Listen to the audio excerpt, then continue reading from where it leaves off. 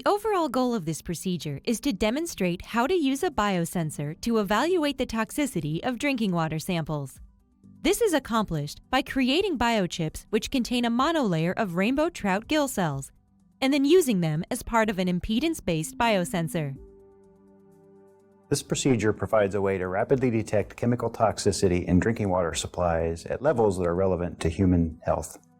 The main advantages of this technique are that the biochips can be used under field conditions, they can be stored cold for up to 9 months without any care or maintenance of the cells, and that they are at a ready state for testing and can be used at any point after removal from refrigeration.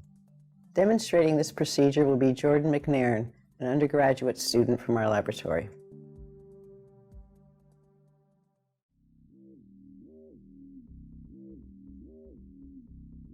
The day before cell seeding, remove the biochips from their packaging and place them into sterilized plastic instrument cases. Attach one of the tubing assemblies to the syringe and draw up a 20% bleach solution into a 20 milliliter syringe. Inject 2 milliliters of the solution into each channel of the biochip. When finished, allow the biochips to sit for 1 hour with the bleach solution.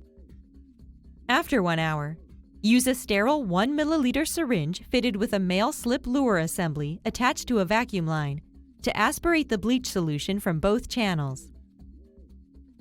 After aspirating the bleach from the biochip, attach a sterile tubing assembly with male slip lures at each end to the biochip to use as a drain while rinsing the biochips.